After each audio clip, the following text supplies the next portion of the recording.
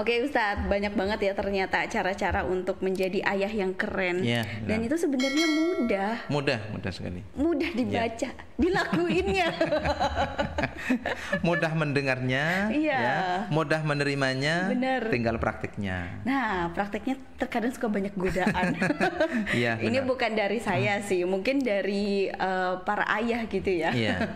Oke, kemarin sudah 4 sih yang kita bahas gitu ya Ustadz ya. Oke, selanjutnya. Baik, yang berikutnya, yang kelima ya, nasihatnya Luqman Al-Hakim, lanjutan dari ayat sebelumnya, yakni ayat yang ke-18, wala tusa'ir khaddaka linnas, dan janganlah kamu memalingkan wajahmu dari manusia. Artinya jangan angkuh dan sombong ya.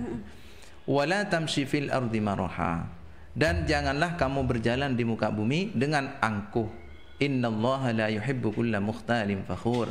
Sesungguhnya Allah tidak menyukai orang-orang yang sombong lagi membanggakan diri. Surat Luqman ayat ke-18.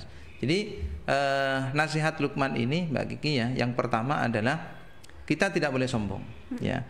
Ini praktek-praktek kesombongan ini bukan hanya ketika di dunia nyata ya, di dunia maya itu tambah luar biasa. Jadi diposting gitu ya. Saya nggak enak, saya sering banget kayaknya posting. Jadi terkait dengan sikap ini, bahkan Rasulullah SAW pernah oleh Allah itu ditegur karena bukan menyepelekan ya, tapi karena Rasulullah itu sibuk dengan tokoh-tokoh kaum kafir Quraisy. Waktu itu ada seorang buta mendatangi Rasul, kemudian Rasul karena fokusnya perhatian pada tokoh-tokoh kafir itu, akhirnya orang ini bukan tidak dihiraukan, kurang perhatian dari Nabi. Akhirnya Nabi itu ditegur oleh Allah Subhanahu wa taala, abasa wa tawalla dan seterusnya dalam surat Abasa itu.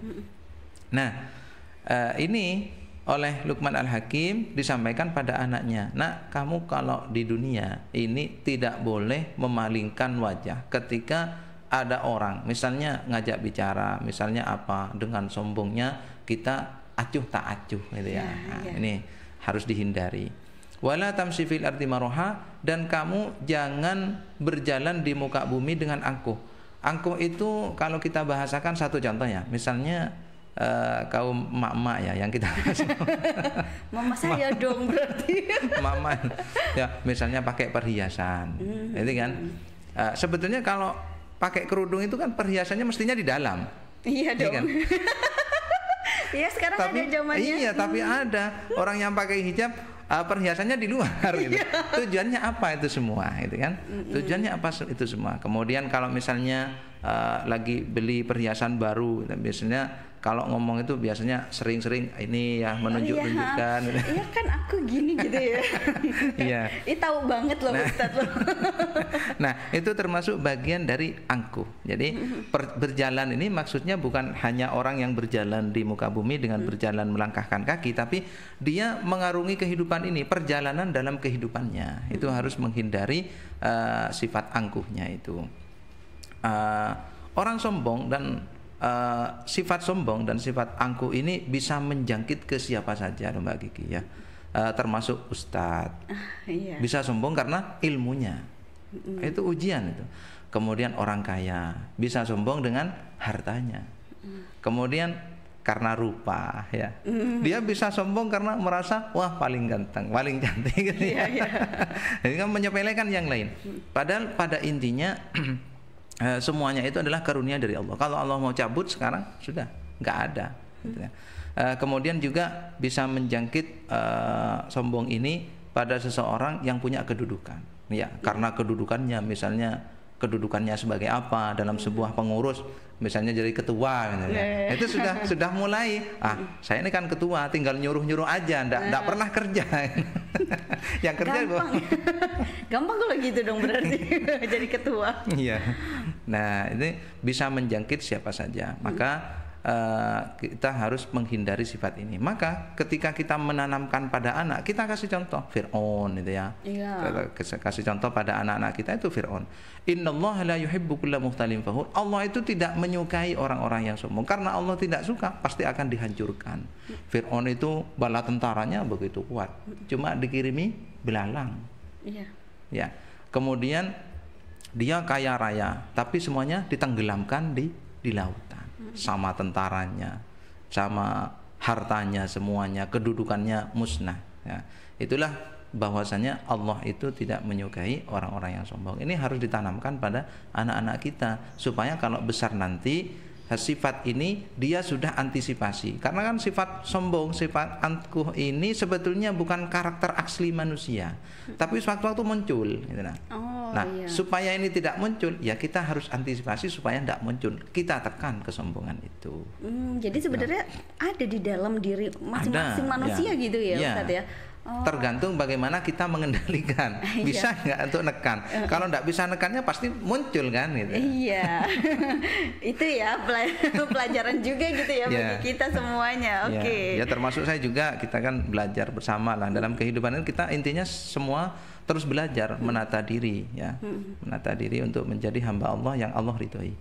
Oke. Selanjutnya Ustaz. Yang terakhir adalah nasihat untuk hidup sederhana. Jadi Luqman itu menasihati putranya itu waqsid fi masyik, dan sederhanakanlah kamu dalam berjalan. Nah, tadi itu tidak boleh sombong ya. Kemudian waqdud min sautik, dan lunakkan suaramu. Jangan suka berteriak. Kalau orang sombong itu kan biasanya suaranya keras. Iya. Aku gitu ya. Aku loh. Inna angkarul aswat la sautul hamir. Sesungguhnya seburuk-buruk suara ialah suara keledai. Mbak Gigi tahu suara keledai lagi? Saya belum pernah ketemu sama keledai. Nanti dicari ya di Google ya. Seperti apa suaranya keledai. Nah, Allah itu ada sebuah hadis menyatakan bahwa Allah itu tidak menyukai orang yang berteriak-teriak ya. Kemudian suaranya keras. Karena apa? Ada indikasi kalau dia itu suaranya itu, tapi dalam situasi tertentu ya, bukan memang karena karakternya. Tapi kalau orang itu memang karakternya suaranya keras ya memang sudah udah gitu ya. Seperti Umar bin Khattab itu kan memang sudah seperti itu. Ya bukan kategori termasuk orang yang sombong. Jadi yang dimaksud itu suara kerasnya ini digunakan untuk menunjukkan, memproklamirkan dirinya. Oh inilah saya. Iya. Tapi kalau misalnya ada orang bilang gini, kalau bukan saya, terus siapa? Ya dijawabnya ya yang lain gitu. Iya. Ya yang lain gitu. Iya benar, kalau bukan saya. Iya, karena manusia itu kan bukan hanya kamu, yang lain kan banyak. Iya benar. Itu solusi juga loh Ustaz. Iya. Jadi nanti kalau misalkan kita ngobrol gitu ya. Kalau nggak ada aku, ada yang lain. Nah. Iya, oke. Terus Ustaz. Ya, jadi untuk kesederhanaan ini, bahkan di dalam hadis itu Allah menyatakan, Rasulullah menyatakan bahwa ada dua pertanyaan. Ya Rasulullah, amalan apa? Tunjukkan kepadaku amalan apa yang Allah itu suka kepadaku jika aku lakukan, dan amalan apa yang jika aku lakukan manusia itu suka padaku. Nah, Rasulullah menyatakan hanya satu jawabannya, zuhud. Zuhud itu adalah sederhana. Bukan berarti meninggalkan ya. Zuhud itu adalah sederhana.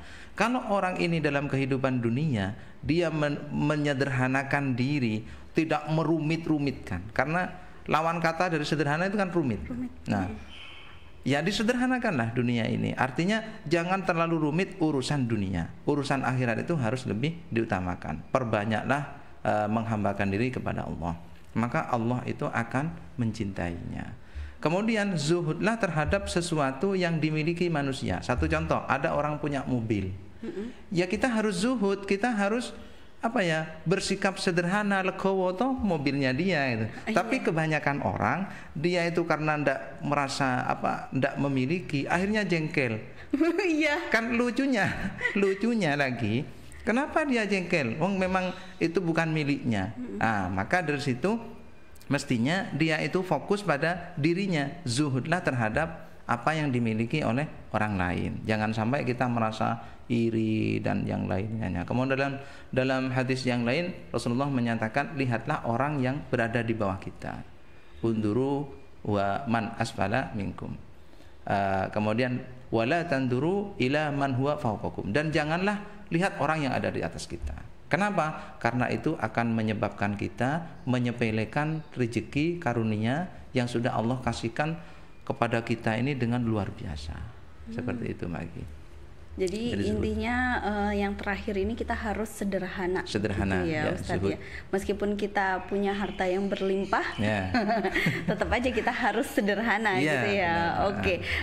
Catatan Ustadz nih untuk sahabat yang menonton di rumah. Baik, sahabat semuanya yang mudah-mudahan senantiasa dirahmati dan diridhoi oleh Allah Subhanahu wa taala.